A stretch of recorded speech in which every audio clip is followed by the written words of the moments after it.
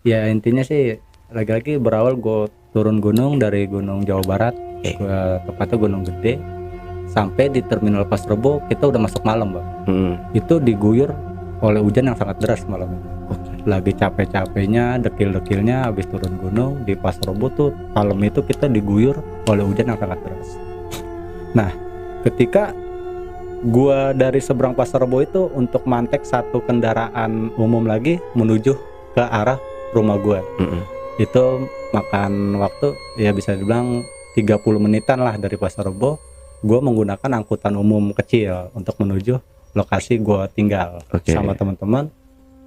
Sampainya di lokasi itu tepatnya di halte perkampungan gue tuh di pinggir jalan. Gue turun di situ dengan posisi hujan yang masih hujan tuh sangat deras. Gue bayar ongkos bersama teman-teman, nurunin keril peralatan gitu dari angkot tersebut. Gue ngelihat sosok di halte tersebut. Malam itu tuh ada satu sosok perempuan muda yaitu ODGJ, Bang. Yang mana itu perempuan itu lagi diusahakan tuh bisa dibilang di lobi ya. Di lobi sama beberapa petua lah, senior lah bisa bilang. Di zaman itu gue masih pada ABG soalnya, Bang. Itu lagi semangat-semangatnya gue naik gunung saat itu. Jiwa muda gue lagi semangat-semangatnya. Itu gue ngelihat pas turun angkot beberapa senior, totalnya ada 8 orang. Itu lagi ngerayu dengan satu bungkus di dalam kresek tuh nasi bungkus. Ngerayu ODGJ yang lagi tidur. Ya bisa dibilang mungkin dari kejauhan gue lihat tuh di pinggir jalan itu para pemuda itu ngebangunin paksa, Bang. ODGJ yang sedang tidur, nih makan. Kalau nggak makan lu gue tampolin, gue tonjokin, gue jedotin pala lu. Sampai begitu gue perhatiin tuh ODGJ kayak orang ketakutan yang parah gitu, Bang. Yang mendalam lah gitu kan. Ngebatin banget. Nah anak-anak gue sempat samperin, men. Kayaknya bahaya nih kalau ditontonin doang. Ntar dulu lihat kelanjutannya, gue bilang. Ini kayaknya petua-petua ini pada mabok, Bang. Jadi bisa dibilang diinin sama aura alkohol lah gitu ya. Liatinnya dulu, gue bilang gitu. Jangan kita langsung maju begitu aja gitu. Ngeri juga kan ngatasin orang-orang lagi pada kena alkohol gitu kan. Gue perhatiin pas ODGJ itu bangun dari tidur dari hujan malam itu udah ngerangketnya, Bang, di bangku halte. Udah mojok ya, sampai dipegang tangan dia ngeronta-ronta lah gitu kan. Dirangkul dia ngeronta-ronta. Dan pada akhirnya tuh sama senior dicekek dari kejauhan yang gue lihat begitu. Lehernya dia tuh dicekek, dipelototin terus sampai nunjuk-nunjuk ke mukanya. Pasrah lah tuh si korban ODGJ ini pasrah. Diambil dan nasi bungkus dari tangan beberapa senior. Diambil, dipegang dengan kencang tuh mungkin kalau dari raut mukanya yang gue gambar sih saking takutnya gitu, dipegangnya begini. Sembari dia duduk ngelipet kaki dengan kecipratan hujan yang sangat deras malam itu, dia megangin itu plastik yang ada bungkus nasi itu. Ditarik kiri kanan tangannya, dibawa tuh. Dia berdiri, didorong paksa rame-rame 8 orang senior itu masuk ke dalam kampung gua. Yang mana di belakang halte itu ada gang kecil, lorong kecil masuk gang, itu menuju kontrakan petakan pedagang, Bang. Kayak zaman itu kontrakan itu kebanyakan tuh pedagang-pedagang kayak tukang gorengan, kayak gitu, pedagang asongan lah ya. Jadi rumah-rumah petak gitu, kontrakan yang disikat-sikat pakai triplek. Segitu banyaknya kontrakan sederetan di gang kecil itu satu kamar mandi. Yang mana kamar mandi itu bisa dibilang umum ya, buat barang-barang yang ngontrak di situ. Itu di dalam kamar mandi seluas itu cuman ada tengah tuh sumur timbaan tuh, yang jadul, yang pakai karet tuh di ember gitu. Nah dikerek. Itu sumur, paling pojoknya itu tongkrongan lah ya, bisa dibilang WC lah ya, sama kompak dragon. Jadi kalau zaman itu musim kemarau, air sumur kering, pakai kompak dragon. Jadi kompak dragon yang dikompak gitu, Bang, yang besi zaman itu. Itu kita ikutin, Bang. Setelah bayar ongkos dari angkot, kita turun, kita perhatiin sampai masuk ke gang tersebut. Itu dimasukin ke dalam sumur tersebut, Bang. ODGJ itu sama senior-senior ini didorong paksa. Udah ronta-ronta di depan pintu kamar mandi umum itu tetap didorong paksa. Nah di situ gue timbul rasa kesel lah gitu kan. apaan sih nih gitu kan, wah brengsek banget nih, udah bejat banget gitu kan. Ada dalam jiwa kecil gue nih, ada gue pengen gue dobrak itu pintu sama teman-teman, udah menang atau kalah gue nggak pikirin bang. Itu nomor 2 buat gue, yang penting gue berantem dulu, yang penting gue nengahin dulu. Nah saat kejadian itu bang, udah pada masuk semua mereka 8 orang termasuk si korban ODGJ ini ke dalam kamar mandi itu ditutup sama dia, pintu seng itu kan, pintu dari seng nih, lapisannya ditutup, dikunci dari dalam. Itu gue dengar suara ODGJ itu, suara cewek itu, wah, wah, wah, wah. Itu gue tambah miris di situ bang. Itu tiang listrik yang depan gue bris kan dengan kencangnya bang, bung, sampai suara begitu gemak. Temen gue langsung lari, yang frontal ini, yang awal turun dari angkot, samperin men, kayak nggak ada yang kagak wajar gitu kan. Yang gue tahan itu emosi dia, itu dia langsung lari nyamperin ke pintu tersebut, ngedobrak. Yang mana kejadian itu udah telat bang. ODGJ ini udah tanpa pakaian. Dan mohon maaf sekali lagi ya, dia punya kemaluan tuh udah darah mulu di paha bang. Nah dari kejadian itu coba kita backup. Nah lagi-lagi yang gue bilang, zaman itu gue masih ABG.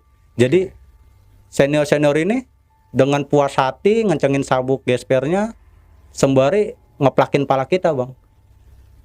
Di situ gue berharap Kompa Dragon ini bisa gue lepas gitu. Yang mana ternyata itu dielas Kompa Dragon itu. Gue berharap ini bisa dilepas buat jadi jaminan gue nih, mukul dia gitu kan, buat jadi senjata gue nih gitu kan. Itu pas gue pegang gagang itu, setelah gue ditoyor pala gue, itu nggak gerak. Dan ternyata itu dielas, jadi satu lah gitu di Kompa itu. Itu gue kecewa banget di situ, kesel banget gue ngerasa nggak bisa apa-apa di situ bang. Saat gue di usia itu ya, gue nggak bisa apa-apa saat ngelihat yang seperti itu gitu. Biadab banget. Sampai akhirnya senior itu satu persatu keluar dari kamar mandi umum, cabut lagi keluar, entah dia pada kemana. Yang gue utamakan si korban sama beberapa temen yang pulang naik gunung itu, saat kita lagi lelah-lelahnya, udah kita langsung refleks evakuasi dia dulu. Kita bawa nggak jauh dari toilet umum itu ya, kamar mandi umum itu, kamar mandi kontrakan itu nggak jauh, trek lurus itu jarak 10 meter ada musola. Nah teras musola itu kita pakai buat istirahat si korban. Terus nggak lama si korban hilang rasa takut dan nyadari kita ini semua baik sama dia, kita bilas kondisi si korban di tempat wudhu bang, di kamar mandi musola. Itu kita bilas, kita bersihin, sampai dia tuh megang. Yang gue rasain saat itu, dia megang tangan gue ketika gue mandiin di keran wudhu itu bang. Dia megang tangan gue sampai gemeter begini bang tangan gue. Itu dari reaksi dia bang, dia saking ketakutan jadi dia menggigil. Itu gue guyur, gue bersihin, nangis kita semua bang. Nangisnya bukan karena hal kita cengeng gitu. Kenapa sih gue nggak segede lu? Kenapa sih gue nggak pantaran sama lu? Itu zaman gue lagi pada ABG gitu. Jadi nggak ada respect besar gitu, respect besar gue untuk ngelawan lu gitu. Jadi ketika udah mentok nih, yang gue dapetin hanya rasa takut gitu. Yang mana saat gue udah ngegepin lu begitu, ya lu dengan enaknya enteng tangan main pocel pala kita orang gitu bang. Di situ kita langsung kincap bang, langsung ciut. Soalnya kita tahu senior-senior ini karakter sehari-harinya emang brutal gitu di kampung itu. Jadi bisa dibilang pertu lah ya zaman itu. Kita pengen bang ngebantai hal-hal kayak gitu. Kita pengen ngebela hal-hal yang kayak gitu kan. Cuman kita nggak bisa lagi karena kita masih ya bocah ingusan lah gitu. Belum punya kuat nyali gitu. Dengan langkah 1000 langkah pun kita udah pakai nih, otak picik udah kita keluarin. Yang tadi gue bilang di kamar mandi itu, kalau Kompa Dragon itu bisa dilepas, mungkin gue bisa gedik palanya. Dari segitu banyaknya pelaku, salah satunya gue mau gebok pakai besi pipa itu. Itu ternyata pipa itu nyatu bang, di Kompa Dragon itu nyatu dengan posisi dilelas gitu. Udahlah, gue nggak bisa berbuat banyak, sampai gue bilas, gue bersihin, pahanya itu penuh darah. Temen gue juga sampai buka bajunya, kaosnya tuh, kaos dia sendiri temen gue untuk ngebilasin. Itu kemaluannya selalu ditutupin sama dia bang, pakai baju yang dia pakai. Tuh gue kasih jaket gunung gue buat salinan dia lah intinya. Nah sampai akhirnya hilang tuh ODGJ itu di kampung gue, yang biasanya tuh halte tempat dia tidur, rumahnya lah untuk dia bermalam nunggu pagi. Itu selalu di halte itu. Warga juga pada ngomong ODGJ ini tiap malam di situ sampai nunggu pagi. Tidurnya memang di situ. Itu intinya rumahnya dia di malam hari. Itu berapa bulan hilang semenjak kejadian itu, Bang. Si korban. Kita semua cemas. Kita sempat ngomongin ke teman-teman, setiap tongkrongan kita omongin, kalau lu ketemu yang ciri-cirinya kayak gini yang biasa di halte depan tuh, tolong lu tengok-tengok. Tolong lu awasin, ngerinya ada kejadian kedua. Emang kenapa, bro? Begini-gini. Gue ceritain, Bang, sama teman-teman semua setiap di tongkrongan tuh, di gang-gang di kampung. Ada kejadian begini gini. Teman pada kesel. Udah kalau sampai kedua kali ngelakuin hal kayak gitu, bantai rame-rame aja, kata teman-teman. Masa kita biar kata kita anak-anak tanggung satu kampung kita nggak bisa ngebantai segitu. Masa peribahasa senior kayak gitu, masa kita nggak bisa bantai gitu kan? Kalau kita bersatu nih, setiap gang kita bersatu gitu. Sedangkan di kampung gue ya cukup frontal juga sih pergaulannya, cukup keras gitu kan. Jadi ya lagi-lagi ya teman-teman pantaran gue ya emang di zaman itu lagi selon-selonnya, Bang. Kalau rame-rame ya kita berani lah gitu kasarnya. Udah ada perjanjian kayak gitu. Sebulan kurang lebih lamanya dari kejadian si korban dianiaya seperti itu enggak muncul. Dan pada akhirnya, Bang, tepat di malam Sabtu apa malam Senin, itu udah 1 bulan lebih, Bang, dari kejadian itu, si korban ada di halte itu, Bang. Cuman dengan posisi nih, dengan potongan yang berbeda. Maksudnya? Jadi dari postur badan si korban, dia itu lagi mengandung usia kurang lebih 2 apa berapa bulan lah, gue nggak ngerti. Si korban ini udah hamil, Bang. Nah di situ kita tambah kesel, Bang. Apa hilangnya dia masih dicari sama orang-orang yang brengsek itu, yang 8 orang itu kan. Ketemu di mana dihajar lagi, ketemu di mana dihajar lagi. Itu pas sebulan lebih lamanya tuh, kurang lebih di tepatnya di malam Sabtu apa malam Senin, itu ada di halte tersebut dengan postur yang berbeda. Datang keadaan hamil. Datang lagi keadaan hamil.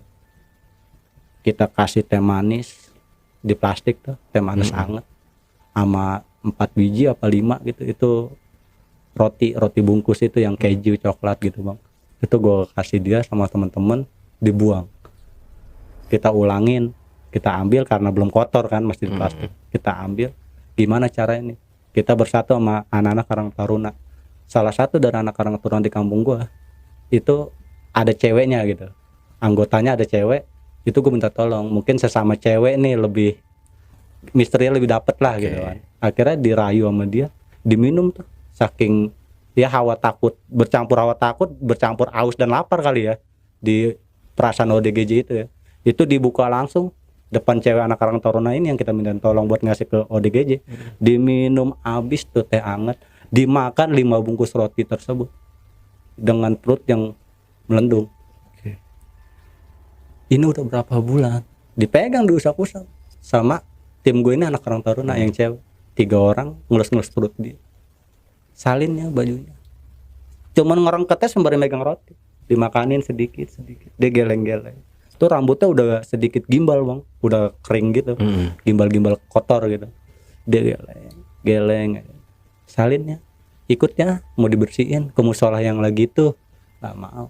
Emang sempat kata warga sebelum kejadian di Renggut tuh, maksudnya diperkosa sama orang-orang itu, dia sempat tidur di teras musola. Berapa bulan tuh lamanya dia sempat tidur di teras musola. Nah itu aman, Bang. Tapi mungkin dari musola itu, jadi senior-senior yang frontal ini sering ngelihat dia tuh di kampung, suka tidur situ, jadi suka masuk ke kampung.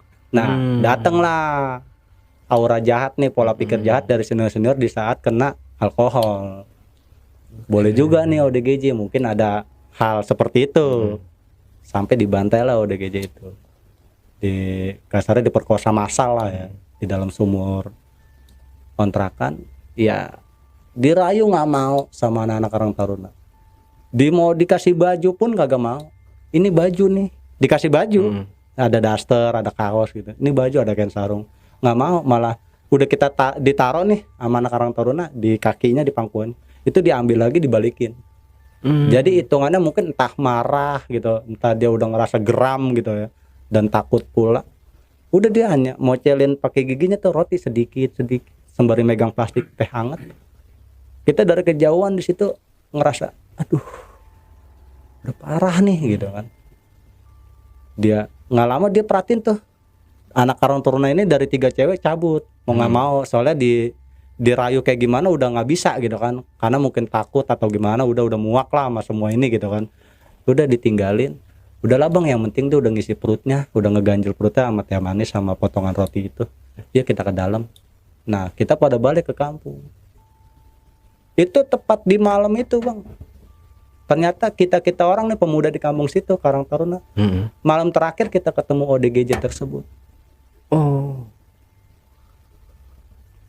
Pas kita tahu suara ajan di musola itu, dari sautan asola sampai ajan masuk ke komat, itu baru didengungkan sama merebut musola. Kalau di sumur umum kontrakan tersebut ada sosok perempuan hamil meninggal dunia.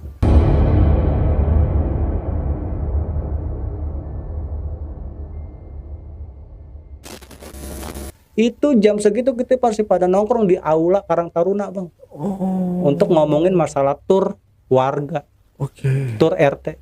Loncat kita dari tempat kita nih, dari wadah Karang Taruna di situ, dia dari aula RW, loncat kita langsung lari ke daerah situ. Kan cukup jauh lah, berapa gang lah gitu kan. Nah kita lari dari aula menuju sumur itu. Pas kita lihat itu, gue langsung gebrakin pintu kamar mandi umum itu. Yah, gue bilang bener dia men. Tuh temen udah langsung pada merinding semua, dengkul pada lemas. Meninggal keadaan hamil. Itu di pinggiran tembok sumur timbaan. Itu di pinggiran tembok, dia duduk kayak begini. Ya Tapi Allah. keadaan meninggal. Terus dia Nggak tahu entah dia punya penyakit, apa dia memang batin udah mendalam, ya kan, makin stres ya ke bawahnya badan gitu kan, lagi-lagi ya itu dia meninggal dunia di situ dengan posisi dia ngedeprok, duduk kaki belonjor, cuman dia nyamping begini. Nyampingnya dia tuh senderan di tembok sumur, di lingkaran tembok sumur itu. Itu langsung gue gebrak bang pintu. Ya bener dia men. Temen semua merinding, sampai pada lemes dong. Ya. Itu kita mikirin bang, lagi kompromi begadang malam itu buat ngadain tur warga nih, tur RT, sekalian nyindir soal ODGJ itu. Gimana kalau nanti kita telepon nih pihak berwajib atau dari panti-panti ODGJ untuk ngerawat janinnya nih, untuk ngerawat bayinya gitu kan. Kalau perlu sama dianya dibawa ke rehab gitu. Kita udah pikirin itu. Dan kita lagi nyari link itu. Ya udah meninggal dunia malam terakhir kita ngasih dia makan. Malam terakhir temen gue yang cewek nyuapin potong roti ke mulut. Walaupun susah payah gitu kita. Berjuang, bener-bener berjuang itu, temen gue dijorokin apa ngedeprok yang cewek itu. Berkali-kali dijorokin, namanya ODGJ lagi-lagi kan. Jadi dia kaget entah apa gitu, keinget apa gitu kan. Toto lagi mau disuapin, dijorokin gitu aja. Tetap kita kasih, tetap kita suapin tuh bang. Nah dari kejadian itu abis deh tuh bang perjalanan ODGJ itu di malam itu. Meninggal dunia itu sampai dimakamin sama warga, dievakuasi warga sampai jam 10 pagi. Itu rame kampung gua bang, dari kampung seberang pada nyebrang datang, kampung sebelah pada datang nengokin, ngelongok apa bener ya, nyatanya real. Di sumur tuh ODGJ bunuh diri, entah dia meninggal karena semakin stres gitu kan, apa gimana gitu, apa ada yang nyekek apa nggak ngerti. Nah di tahun itu, zaman itu memang masih ini nggak terlalu, hukum tuh nggak terlalu, bukannya nyepelin hukum gitu bang, nggak terlalu ini banget lah, apalagi ODGJ itu kan. Jadi dengan pertimbangan warga sekitar sama kepala-kepala setempat lah gitu kan, kayak RT RW gitu, ya udah kita bahu membawa aja, kita makamin secara layak gitu. Karena ya, ini yang meninggal ya manusia gitu, bukan binatang. Udah dimakamin secara layak. Ya karena identitasnya nggak ada apa semua, kita gotong royong bahu membahu evakuasi si korban untuk sampai ke pemakaman umum di wilayah kita. Itu sampai masuk jam 2 siang. Habis pada zuhur kita sholatin ada jenazah nih di masjid. Itu pemandiannya pun, pengurusan kain kafannya pun di teras musola yang cuma dihordengin doang sama warga. Karena kan ya lagi-lagi nggak ada identitas bang. Nah dari kejadian itu selang sehari 2 hari kita biasa aja tuh bang, sempet ngadain ratib, tahlilan di musola.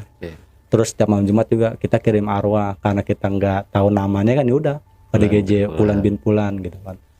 Nah itu setiap kegiatan kita selalu kirimin arwah. Selang 25 hari apa 23 hari itu tetangga yang rumah-rumah ya permanen lah bisa dibilang ya, bukan yang kontrakan tukang gorengan itu, kontrakan petakan. Ini rumah-rumah permanen asli orang situ, yang jaraknya nggak jauh dari kamar mandi umum itu, kamar mandi kontrakan. Setiap mau sholat subuh, suaminya nih Pak Haji mau keluar, itu buka gorden sedikit di ruang tamu. Itu sekilas gitu ya, sekelebatan kayak ada sosok ODGJ lagi tidur di teras, posisi nyamping. Astagfirullahaladzim. Dilihat kedua kali itu nggak ada apa-apa. Semua tetangga yang dekat kamar mandi umum itu semua disamperin terasnya, ditidurin sama ODGJ tersebut, almarhum.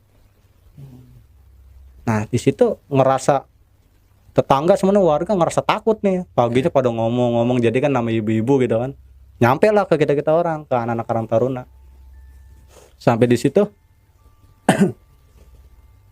kita pada penasaran bang, terus gimana kalau emang sosok ODGJ itu masih keliling di sini gitu, ngiterin kampung kita gitu, dan tujuannya apa gitu kan?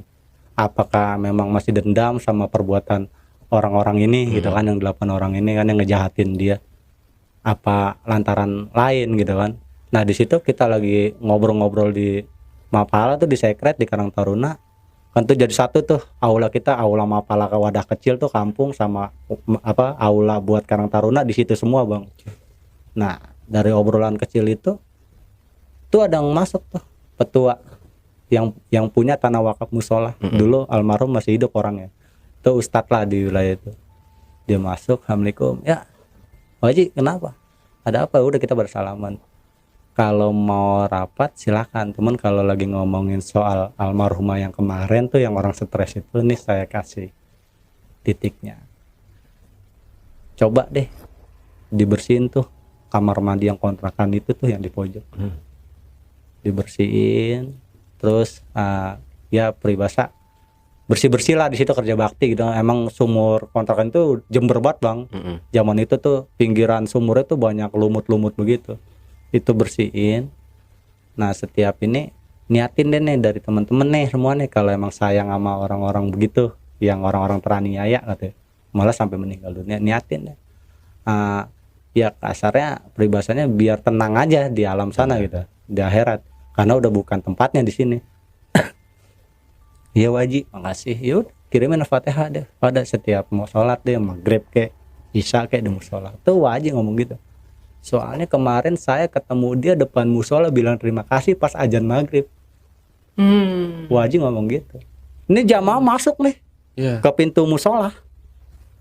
Kan pintu musola kan pintu besar gitu ya, tempat ibadah. Masuk. Pas wajib buka sendal, nunduk ke bawah buka sendal, mau masuk baru ngelangkah 2 langkah di depan musola percis. Itu ngalangin wajib lewat. Sembari tersenyum lebar, pakaian compang-camping, dia cuma bilang terima kasih. Jadi selama yang tetangga bilang ODGJ ini gentayangan ruhnya, itu dia cuma mau nyampein ke tetangga atas semua kebaikan yang tetangga buat ke dia, atas bantuan dari tetangga semua. Nah dari kejadian itu nggak lama, selang berapa hari, itu dari senior-senior yang berbuat jahat itu 8 orang itu satu persatu meninggal dunia dengan keadaan tidak wajar bang.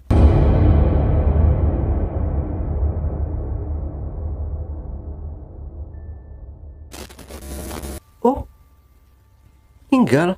Ya satu sisi, iya meninggal bang. Satu sisi ya lagi-lagi ya orang-orang kagak beres lah gitu kan. Senior-senior ini dari 8 orang ini ada yang meninggal overdosis, ada yang meninggal gara-gara dibunuh orang, ada yang meninggal gara-gara OD di dalam sel penjara. Jadi matinya tuh meninggal dengan keadaan yang tragis.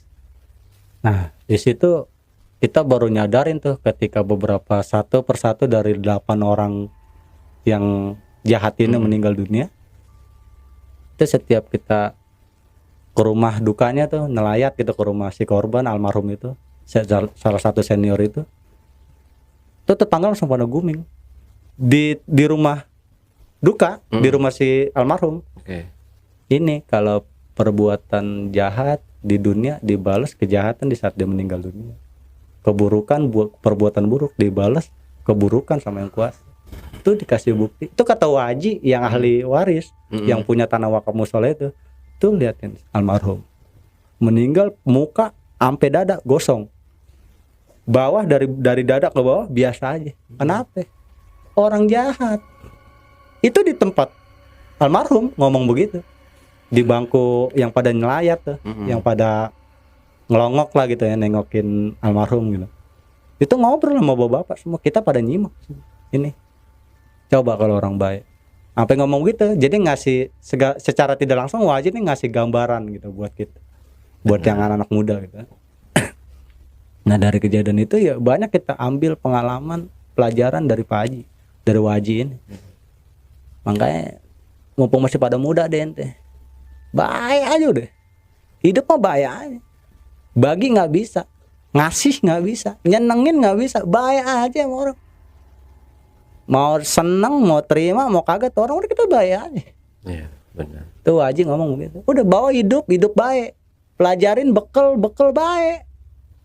Jangan bekal kaya, nggak ada manfaat. Emang lo mati bawa banda? Betul.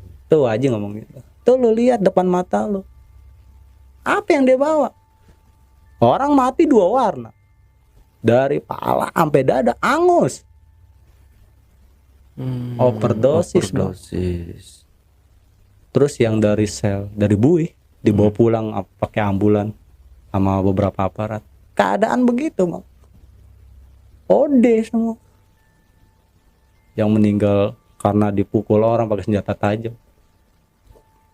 Ya itu takdirnya ngenes semua, udah meninggal dunia dengan keadaan ngenes, udah nggak wajar gitu. Nah itu buat gue ya bahasa frontalnya Pak Haji ya gue jadikan pelajaran.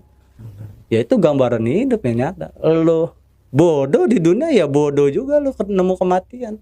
Gitu intinya. Ya dari situ sih gue pikir ya hal wajar ya, dalam arti hal wajar ya lo jahat, lo keji saat lo itu. Jadi ketika lo meninggal ya dikasih bukti sama yang kuasa, real bukti nyata ya. Dengan keadaan yang tidak layak meninggal, yang tidak baik, keadaan OD, kan mati buruk namanya. Benar. Coba lu mati sholat baik, lu OD overdosis di kamar, terus di sel juga begitu, kadang dibui tuh di penjara, pulang-pulang tinggal nama, dibawa pakai ambulans, tuh keadaan udah biru semua muka biru semua, kayak darah mati gitu, udah jadi ungu. Itu busa doang kiri kanan sih, busa kering, ludah yang mana tuh udah jadi busa gitu. Itu belum dibersihin, turun dari ambulans. Itu real kita lihat jelas-jelas. Wajahnya jenazah ini kita lihat jelas-jelas. Senior ini. Itu 88-nya meninggal dengan keadaan tidak wajar pada intinya. Tapi itu selang berapa hari? Maksudnya berapa bulan atau berapa tahun meninggal? Ya pokoknya dari kejadian almarhum ODGJ itu hitungan minggu, Bang. Didatengin si warga nih. Oleh hitungan minggu? Iya, hitungan minggu didatengin nih. 8 orang itu? 8? Berapa orang? Intinya dari meninggalnya ODGJ ini, itu hitungan minggu. ODGJ ini kan gentayangan kata warga segala macam, dan Pak Haji udah ngelurusin semuanya yang tadi gue cerita. Nggak jauh dari situ, Bang, nggak sampai sebulan. Senior ini beruntun meninggalnya, Bang. Ya dari situ sih intinya banyak banget pelajaran yang gue dapat dari Waji. Ya ini orang-orang nggak adil, orang-orang serakah, orang-orang munafik, ya ini meninggalnya salah satunya. Mang Ketong mumpung lo masih pada muda, baik aja dulu sama orang, ngasih nggak bisa segala macam, udah baik aja dulu. Jadi gimana ya, sempet rasa ada kekecewaan juga sih, Bang, saat itu. Kalau nginget nih jadi keinget gitu. Cengengnya gue itu saat nemu ODGJ yang udah penuh darah, terus dengan rasa takut dia cuma megang berapa lembar baju tuh yang udah compang-camping. Itu dia nangis bang. Kalau buat nangis dia nangis. Ya men, kita telat. Nangis semua ngeluar air mata temen. Cuman bingung, nangisnya bukan karena gue cengeng, bukan karena itu. Jadi gue pantaran lu deh gitu. Mungkin gue berani gitu. Ini karena lu 18 orang, terus gue juga cukup banyak juga sih, gue berempat atau berlima gitu. Cuman masih bocah, masih ABG.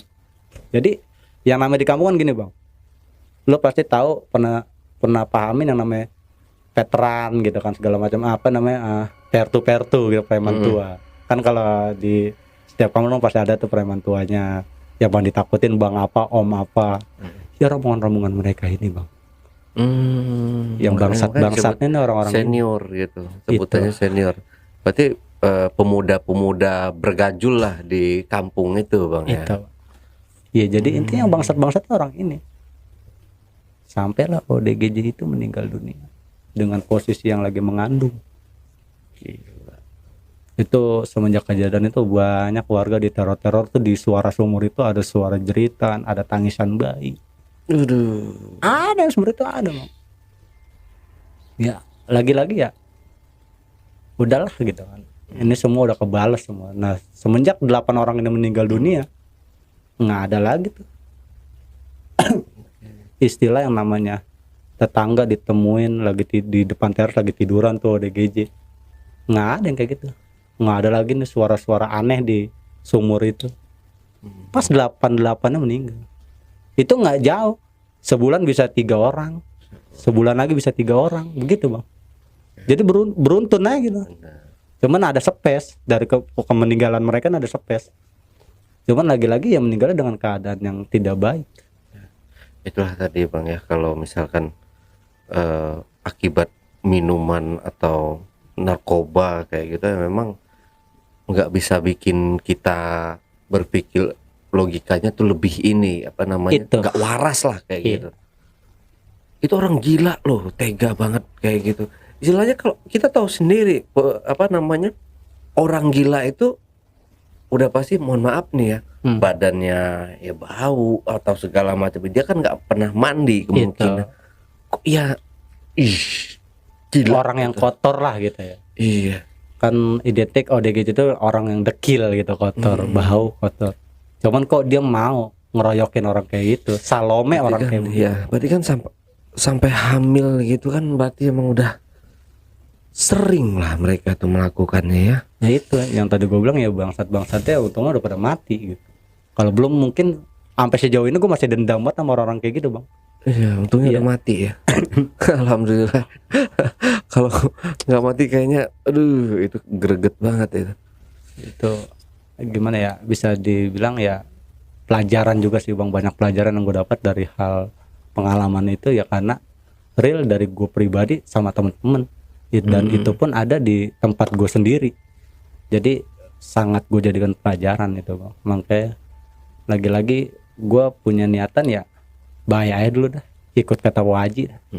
Betul ya, gila. Ya semoga aja kita doakan bersama-sama bang ya, apa sih ODGJ ini walaupun sudah lama, tetap kita doakan semoga dia ditempatkan di surga yang indah, di surganya Allah Subhanahu wa taala bang ya. Amin bang. Dan pelakunya ini juga alhamdulillah sudah sudah meninggal. Ya, kebayar udah kebales. Udah kebayar ya bang. Biar urusannya ntar di akhirat ya sama ODGJ itu. Gila. Ya terakhir bang Kancil, saya suka ini atau Bang Silbi atau Bang Kancil enak. Bang Kancil, terakhir bang, mungkin ada yang mau disampaikan ke teman-teman di rumah atau ada tambahan lagi mungkin sedikit bang? Ya kalau tambahan sih mungkin dari pengalaman cerita saya pribadi kali ini cukup sampai di sini aja Pak Bang Ale. Kemungkinan kalau buat teman-teman ya kita bukan nasihat yang kita bagi, lebih menjurunya seperti ini Bang Ale. Kalau lo ngerasa pemuda, lo ngerasa anak laki-laki, atau lo ngerasa ya jiwa lo jiwa yang bermanfaat, lo jangan selalu ngeluarin tuh lensa kamera. Lu jangan selalu nunjukin lensa kamera, tapi coba lu pakai lensa mata hati. Kalau lu udah dapetin lensa mata hati lu sendiri, lu bakalan tahu gimana nikmatnya hidup yang bakalan lu jalani.